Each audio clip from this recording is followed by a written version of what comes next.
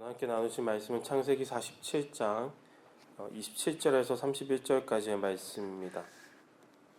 창세기 47장 27절에서 31절까지의 말씀입니다.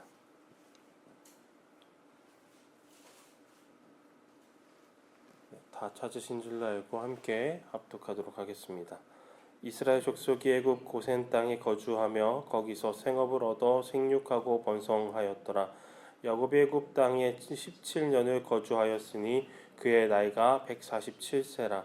이스라엘이 죽을 날이 가까움에 그의 아들 요셉을 불러 그에게 이르되 이제 내가 네게 은혜를 입었거든 청하노니 내 손을 내 허벅지 아래에 넣고 인애와 성실함으로 내게 행하여 애굽에 나를 장사하지 아니하도록 하라.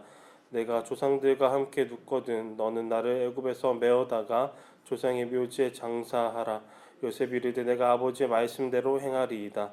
야곱이 또 이르되 내게 맹세하라 하매 그가 맹세하니 이스라엘이 침상 머리에서 하나님께 경배하니라.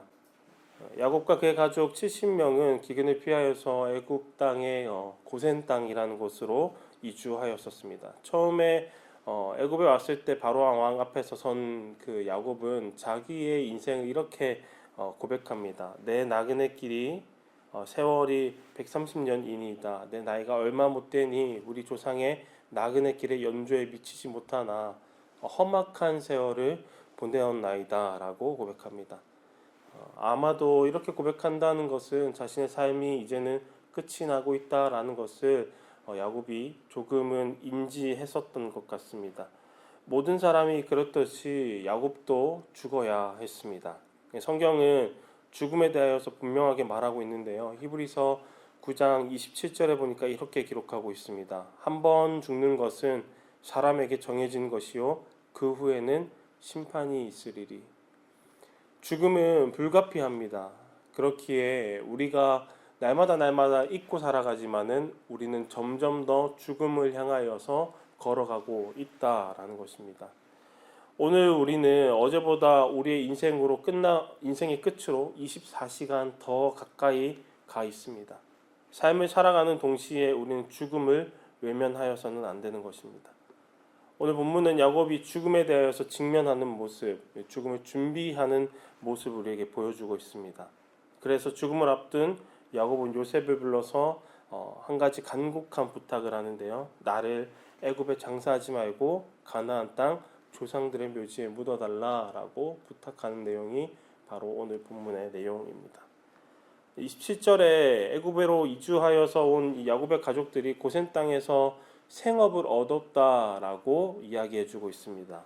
생업, 산업을 얻다라는 표현은요, 이 단어는 단순히 무언가를 얻다라는 의미로 끝나는 것이 아니라 붙잡다, 뿌리내리다, 정착하다라는 의미를 가지고 있습니다. 이스라엘 백성은 고센 땅에서 그냥 임시로 잠깐 거주하는 것, 그것으로 끝나는 것이 아니라 경제적으로 안정되고 그곳에 뿌리를 내리기 시작하였다라는 것입니다. 그들은 땅을 소유하게 되었고 가축을 점점 더 늘려나가게 되었고 자기의 재산을 축적하기 시작하였다라는 것입니다. 더욱 놀라운 것은 생육하며 번성하였다라는 표현에 좀 집중해서 살펴보길 원하는데요. 이 말은 성경에서 매우 특별한 의미를 가진 표현입니다. 우리가 이 생육하며 번성하였다라는 표현을 창세기에서 자주 만났던 표현이지 않습니까? 1장 28절에 하나님께서 인류를 창조하시면서 인류에게 축복하시며 명령하시는 내용이 생육하며 번성하여 땅에 충만하라라는 명령이었습니다. 그리고 노아의 홍수 이후에 하나님께서 노아의 가족들에게 새로운 시작을 명령하시면서도 똑같은 말씀을 하셨고 야곱 자신도 베델에서 하나님께 이 축복의 말들을 들었던 것을 우리가 알 수 있습니다. 그렇다면 창세기에서 계속해서 반복되어지는 생육하고 번성하라라는 이 말의 의미는 무엇을 의미하는 걸까요? 하나님은 하나님의 이 백성들이 생육하고 번성하길 원하신다라는 것입니다. 그 장소가 고향을 떠난 새로운 장소이다 할지라도 그때가 심판 이후에 모든 것이 다 쓸려나간 상황이다 할지라도 하나님은 그의 자녀들이 생육하고 번성하길 원하신다라는 것입니다.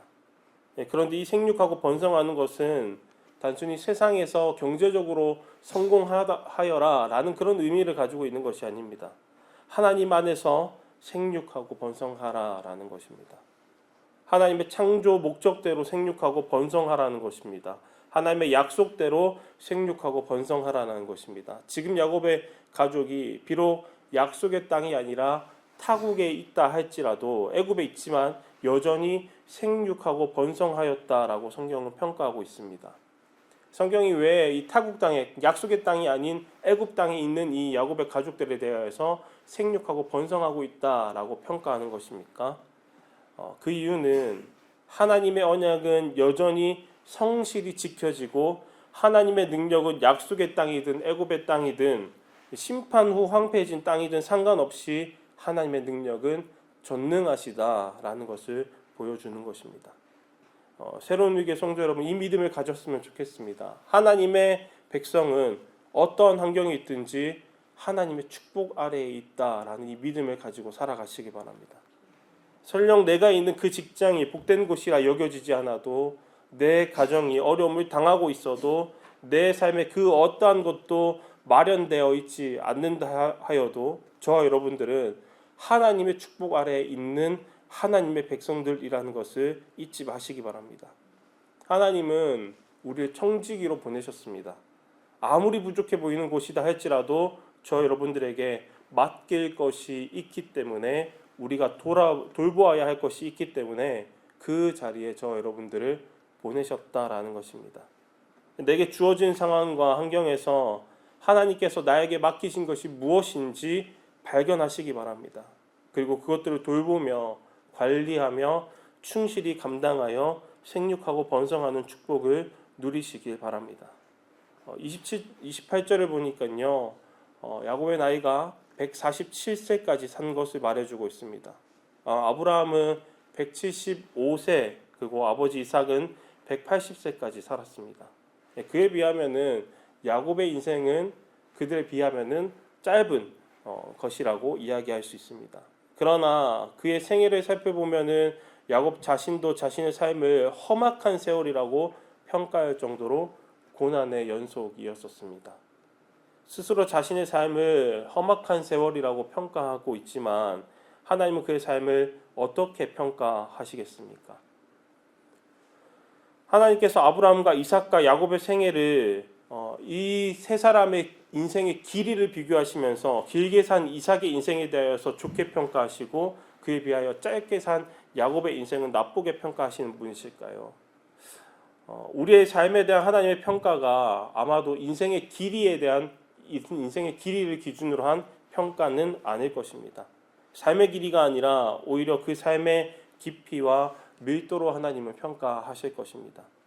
야곱의 삶은 하나님과 씨름한 삶이었었습니다. 야복 강가에서 하나님과 온 밤을 씨름하며 당신이 내게 축복하지 아니하면 가게 하지 아니하니이다라고 붙들었던 그 야곱, 그 이름이 야곱에서, 속이는 자에서 이스라엘, 하나님과 겨루어 이긴 자로 바뀐 것처럼 그의 삶은 깊이 그리고 친밀히 하나님을 경험하는 인생이었었습니다. 성도 여러분, 우리의 인생의 가치는 얼마나 오래 사느냐가 아닙니다. 얼마나 하나님과 깊이 동행하느냐에 달려 있음을 기억하시기 바랍니다. 야곱의 이 147년의 인생은 하나님과 추억들로 알록달록했었습니다. 하나님의 약속을 경험하고 때로는 하나님과 씨름하고 때로는 도망치기도 하고 속고 빼앗기며 자녀를 잃는 온갖 잃는 겪는다 하여도 결국 그의 인생은 하나님의 은혜로 말미암아 점점 변화되어져 가는 그런 시간들이었다라는 것입니다. 우리 삶에 대한 하나님의 평가의 기준이 바로 이러한 것일 것입니다. 하나님의 것을 내 것이라 여기며 성급하게 자신의 인생을 판단하지 않으시길 바랍니다. 우리에게 주어진 것은 거룩한 것과 부정한 것을 구분하는 것뿐입니다. 하나님께서만이 판단하실 수 있는 분이십니다. 내 인생을 내 스스로 내 기준으로 판단하지 않으시기 바랍니다. 하나님의 기준으로 내 인생을 바라보시기 바랍니다. 하나님은 우리의 인생을 분명히 옳은 길로, 선한 길로, 구원의 길로, 기쁨의 길로, 아름다운 길로 인도하시며 완성하실 것이라는 믿음을 가지고 살아가시는 저 여러분들이 되시길 바랍니다. 때로 우리는 이해할 수 없는 고난과 시련 앞에 서게 됩니다. 그러나 하나님은 그 모든 순간을 사용하시는 분이십니다. 우리의 눈에는 멈춘 시간 같고 잃어버린 세월 같고 속상한 일들로 연속인 것 같아도 하나님께서는 그 시간들 속에서도 일하고 계십니다. 하나님의 손길은 결코 멈추지 않습니다. 하나님은 우리의 삶을 생육하고 번성하게 하는 구속의 이야기로 엮어가는 장인이심을 기억하시기 바랍니다. 그러니 고통의 시간도 하나님의 손에서 생명 이야기로 바뀐다라는 믿음을 가지고 사시는 저 여러분들이 되시기 바랍니다.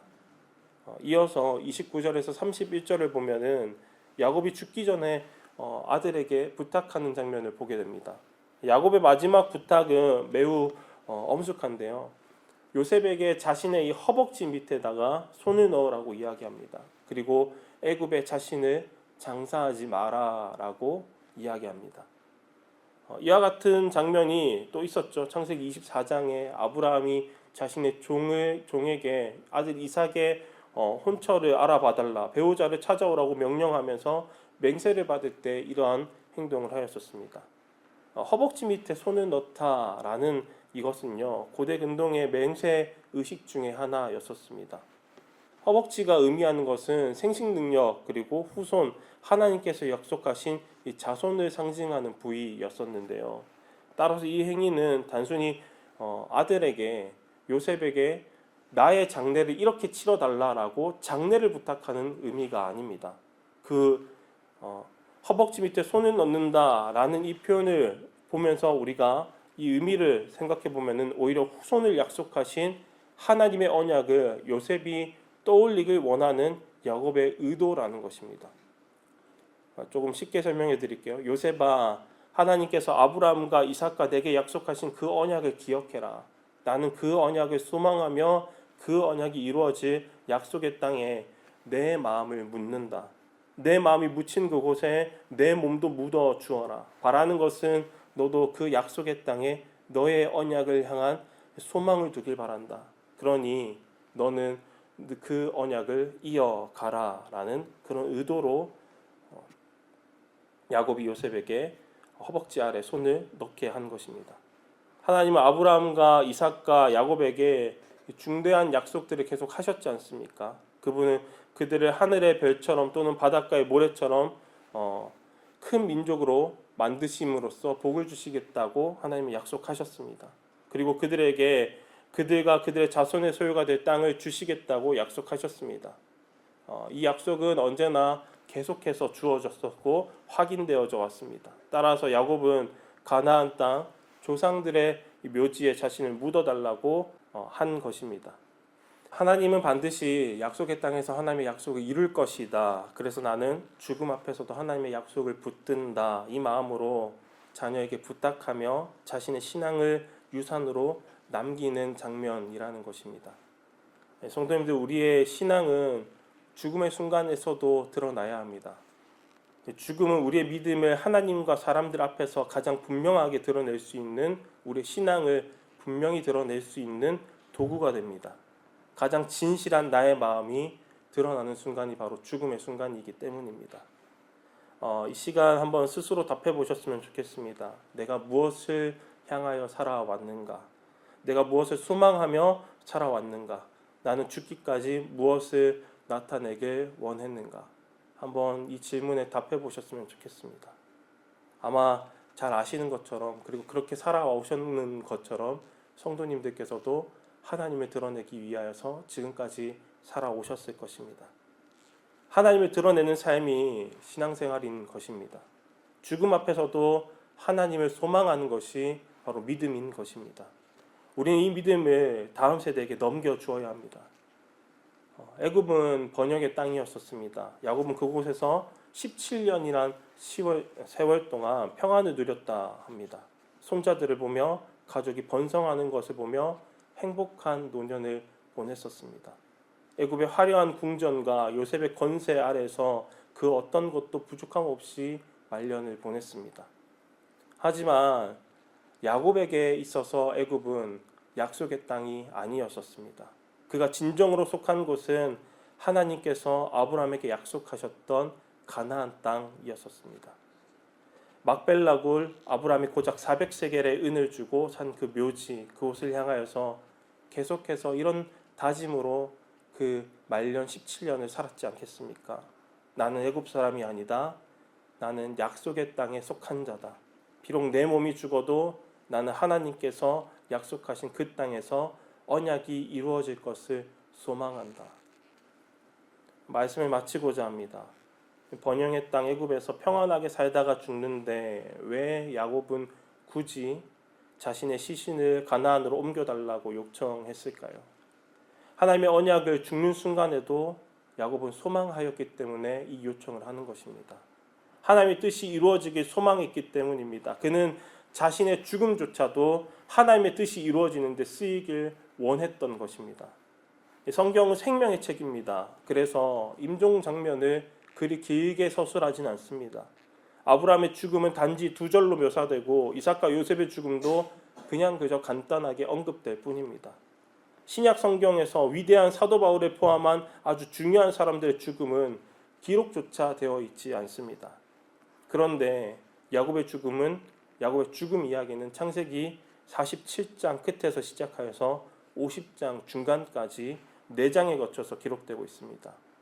왜냐하면 왜 이렇게 성경이 많은 부분을 할애하여서 야곱의 죽음을 이야기하느냐면 언약을 붙잡은 신앙의 완성을 보여주고 있기 때문에 이 죽음의 이야기를 길게 이야기하고 있는 것입니다. 새로운 위기의 성도 여러분, 우리는 어떻습니까? 때로는 번영을 누릴 때도 있고 때로는 고난을 겪을 때도 있습니다.